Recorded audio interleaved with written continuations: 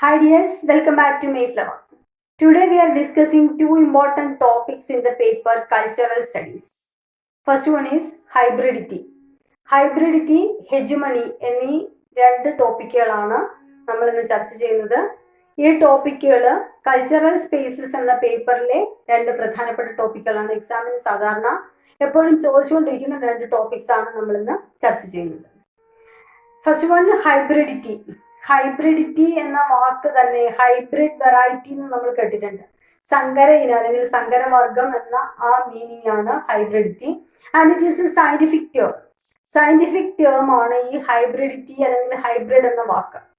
So അതിൻ്റെ cultural സ്റ്റഡീസിൽ ഈ ഹൈബ്രിഡിറ്റി അല്ലെങ്കിൽ ഹൈബ്രിഡ് എന്ന വാക്കിന്റെ മീനിങ് എന്താണ് എന്നുള്ള കാര്യങ്ങളാണ് നമ്മൾ ഇന്ന് ചർച്ച ചെയ്യുന്നത്.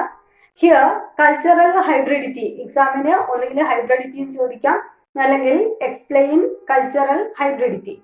Cultural hybridity refers to the exchange and innovation of ideas and artifacts between cultures as a product of migration and globalization.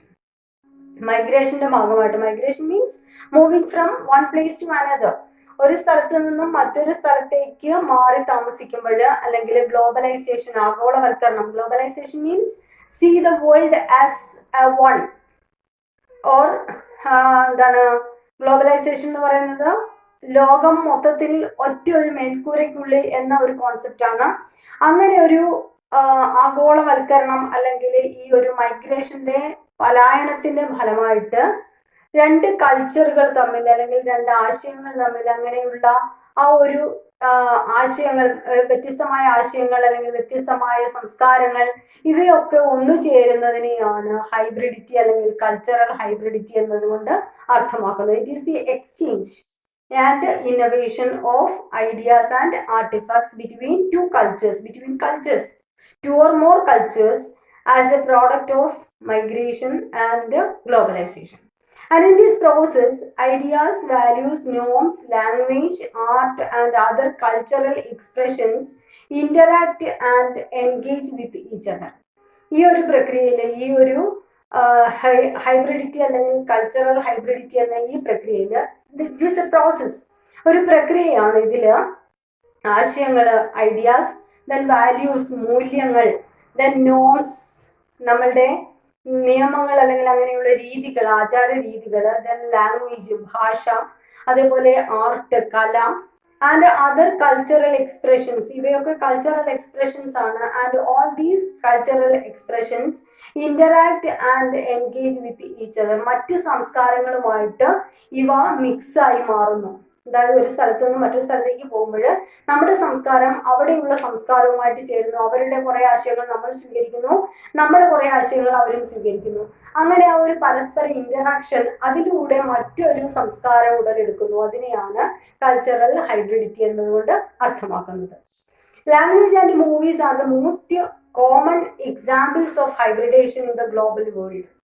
ഈ ഗ്ലോബൽ വേൾഡിൽ അല്ലെങ്കിൽ ഈ മോഡേൺ വേൾഡിൽ ഏറ്റവും കൂടുതൽ ഹൈബ്രിഡേഷൻ കാണുന്നത് ലാംഗ്വേജ് ആൻഡ് മ്യൂസിക്കിലും അതേപോലെ തന്നെ ഭാഷയിലുമാണ് ഏറ്റവും കൂടുതൽ ഈ ഹൈബ്രിഡ് വെറൈറ്റി അല്ലെങ്കിൽ ഹൈബ്രിഡേഷൻ കാണാൻ സാധിക്കുന്നത്.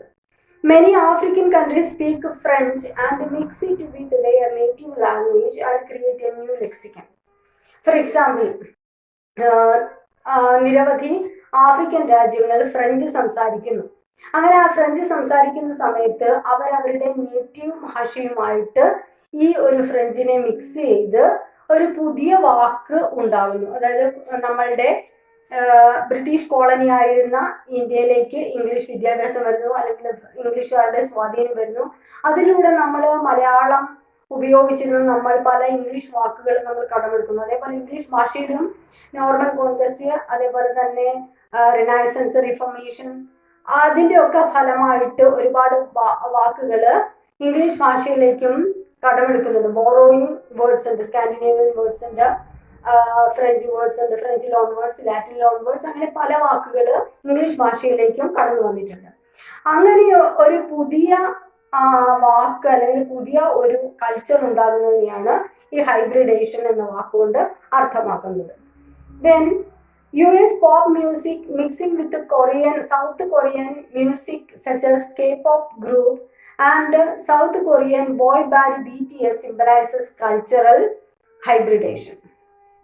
US pop music South Korean മ്യൂസിക്കുമായി ചേർന്ന് കെ പോപ്പ് ഗ്രൂപ്പ് എന്ന് പറയുന്ന ആ ഒരു മ്യൂസിക് ഗ്രൂപ്പ്, അതേപോലെ തന്നെ BTS എന്താണ് south Korean boy band BTS എന്ന ആ ഒരു മ്യൂസിക്, ഇതൊക്കെ ഈ കൾച്ചറൽ ഹൈബ്രിഡേഷന്റെ എക്സാമ്പിൾസ് ആണ്. ഏറ്റവും നല്ല ഉദാഹരണമാണ്. നമ്മൾ പറഞ്ഞു language and music are the common examples of hybridation. ഹൈബ്രിഡേഷന് ഏറ്റവും കൂടുതൽ വിധേയമാകുന്നത് ലാംഗ്വേജ് മ്യൂസിക്കുമാണ്. അതിൽ ഏറ്റവും നല്ല എക്സാമ്പിൾ BTS ഗ്രൂപ്പ്, ആ BTS മ്യൂസിക് ആണ്. അതേപോലെ K pop group music. Then it is a cross between two separate races, plants and culture. ഈ കൾച്ചറൽ ഹൈബ്രിഡേഷൻ എന്നതുകൊണ്ട് അർത്ഥമാക്കുന്നത് രണ്ട് വ്യത്യസ്തമായ വർഗങ്ങൾ തമ്മിലോ അല്ലെങ്കിൽ പ്ലാന്റ്സുകൾ തമ്മിലോ അല്ലെങ്കിൽ സംസ്കാരങ്ങൾ തമ്മിലോ ഉള്ള ഒരു ചേരലാണ്, കൂടിച്ചേരലാണ്. നമ്മൾ നേരത്തെ പറഞ്ഞു it is a scientific term. ഈ ഹൈബ്രിഡ് വെറൈറ്റി അല്ലെങ്കിൽ ഹൈബ്രിഡ് എന്ന വാക്ക് ഒരു സയന്റിഫിക് ടേം ആണ്. And it is used in cultural studies. Cultural hybridation or hybridity is not a new culture or new historical phenomenon. ഒരു ഹിസ്റ്റോറിക്കൽ ഫിനോമിനൻ അല്ല, അതേപോലെ തന്നെ ഒരു പുതിയ സംസ്കാരമല്ല, മറിച്ച് it is a mixture of two cultures or two ideas. രണ്ട് ആശയങ്ങൾ അല്ലെങ്കിൽ രണ്ട് സംസ്കാരങ്ങളുടെ ഒരു മിക്സിംഗ് ആണ്, അല്ലാതെ ഒരു പുതിയ ഒരു കൾച്ചർ അല്ല ഈ ഹൈബ്രിഡിറ്റി കൊണ്ട് അർത്ഥമാക്കുന്നത്. And it is a mixture of different cultures. Different കൾച്ചറുകളുടെ, പല സംസ്കാരങ്ങളുടെയും ഒരു മിക്സിംഗ് ആണ്. ഫോർ എക്സാമ്പിൾ നമ്മൾ സുമേറിയൻ സിവിലൈസേഷൻ മുതൽ നമ്മൾ നോക്കുകയാണെങ്കിൽ ആ ഒരു ഇൻഫ്ലുവൻസ് നമുക്ക് കാണാൻ സാധിക്കും. സുമേറിയക്കാരുടെ ആ ലിപി, ആ ഒരു സംസ്കാരത്തിന്റെ സ്വാധീനം ഗ്രീക്ക് സാഹിത്യത്തിലൂടെ അല്ലെങ്കിൽ ഗ്രീക്ക്, ലാറ്റിൻ തുടങ്ങിയ ആ സംസ്കാരങ്ങളുടെ ഒക്കെ സ്വാധീനം നമുക്ക് നമ്മളുടെ സംസ്കാരത്തിൽ കാണാൻ സാധിക്കും.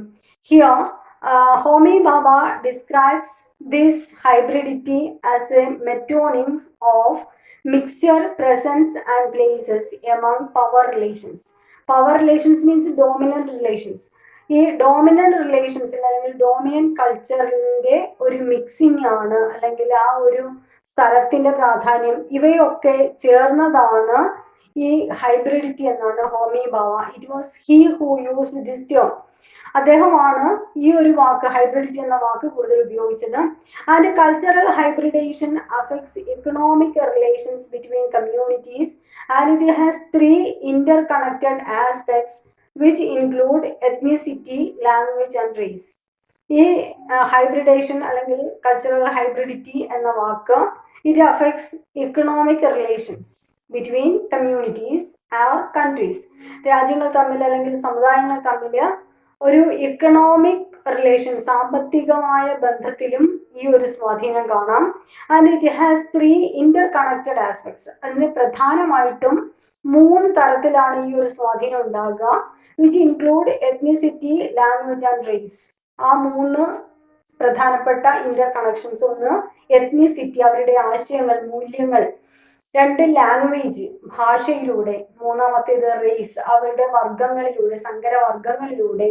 അതേപോലെ ഭാഷയിലൂടെ, ആശയങ്ങളിലൂടെ, മൂല്യങ്ങളിലൂടെ ഒക്കെയാണ് ഈ ഒരു ഹൈബ്രിഡിറ്റി ഏറ്റവും കൂടുതൽ പരസ്പരം ബന്ധപ്പെട്ട് കിടക്കുന്നത്. And it is a scientific term which refers to an organism produced by cross between different organisms and species. നമ്മൾ നേരത്തെ പറഞ്ഞതാണത്. ഹൈബ്രിഡ് എന്ന വാക്കിന്റെ അർത്ഥം സങ്കരയിനം എന്നാണ്. 2 വ്യത്യസ്തമായ ഓർഗാനിസംസ് അല്ലെങ്കിൽ പ്ലാന്റ്സ് അല്ലെങ്കിൽ സ്പീഷീസ്, ഇവ ചേർന്നുണ്ടാകുന്ന പുതിയ വെറൈറ്റിക്കാണ് ഹൈബ്രിഡ് എന്ന സയന്റിഫിക് ടേം കൊണ്ട് അർത്ഥമാക്കുന്നത്. It was Homi Bhabha who selected the term and concept to discuss the identities and subjectivities formed within the colonial masters and subject relationship. Homi ഭാവയാണ് ഈ ഒരു വാക്ക്, കൾച്ചറൽ ഹൈബ്രിഡേഷൻ അല്ലെങ്കിൽ ഹൈബ്രിഡിറ്റി എന്ന വാക്ക് ഉപയോഗിക്കുന്നത്. അദ്ദേഹം ഈ വാക്ക് ഉപയോഗിച്ചത്, കൾച്ചറൽ സ്റ്റഡീസിൽ ആ ഒരു വാക്ക് ഉപയോഗിച്ചത് to discuss the identities and subjectivities. ഇവിടെ ആ ഒരു കൊളോണിയൽ മാസ്റ്റേഴ്സും ഈ കോളനൈസ്ഡ് ആയിട്ടുള്ള ജനങ്ങൾ, കൊളോണിയൽ പവേഴ്സ് അല്ലെങ്കിൽ ഇമ്പീരിയൽ പവേഴ്സ് ഉണ്ടായിരുന്നു. അവര് പല രാജ്യങ്ങളിലും പോയിട്ട് കോളനികൾ സ്ഥാപിച്ചു. അങ്ങനെ ആ കോളനികൾ സ്ഥാപിച്ച കോളനിക്കാരുടെ മേൽ അവർ സ്ഥാപിച്ച ആധിപത്യവും അവരുടെ ആശയങ്ങളുടെ പ്രചാരണവും അതൊക്കെ കാണിക്കാനാണ്, ആ ഒരു ബന്ധം കാണിക്കാനാണ് അവരുടെ, അതായത് യജമാനൻ പ്രജ എന്നുള്ള ആ ഒരു ബന്ധം കാണിക്കാൻ വേണ്ടിയിട്ടാണ് ഹോമി ഭാവ ഈ ഒരു വാക്ക് ഹൈബ്രിഡിറ്റി അല്ലെങ്കിൽ കൾച്ചറൽ ഹൈബ്രിഡേഷൻ എന്ന വാക്ക് ഉപയോഗിച്ചത്. ഇതാണ് കൾച്ചറൽ സ്റ്റഡീസിലെ വളരെ ഇമ്പോർട്ടൻ്റ് ആയിട്ടുള്ളൊരു ക്വസ്റ്റ്യൻ ആണ് ഹൈബ്രിഡിറ്റി അല്ലെങ്കിൽ cultural hybridation. Hope you enjoyed it. Thank U.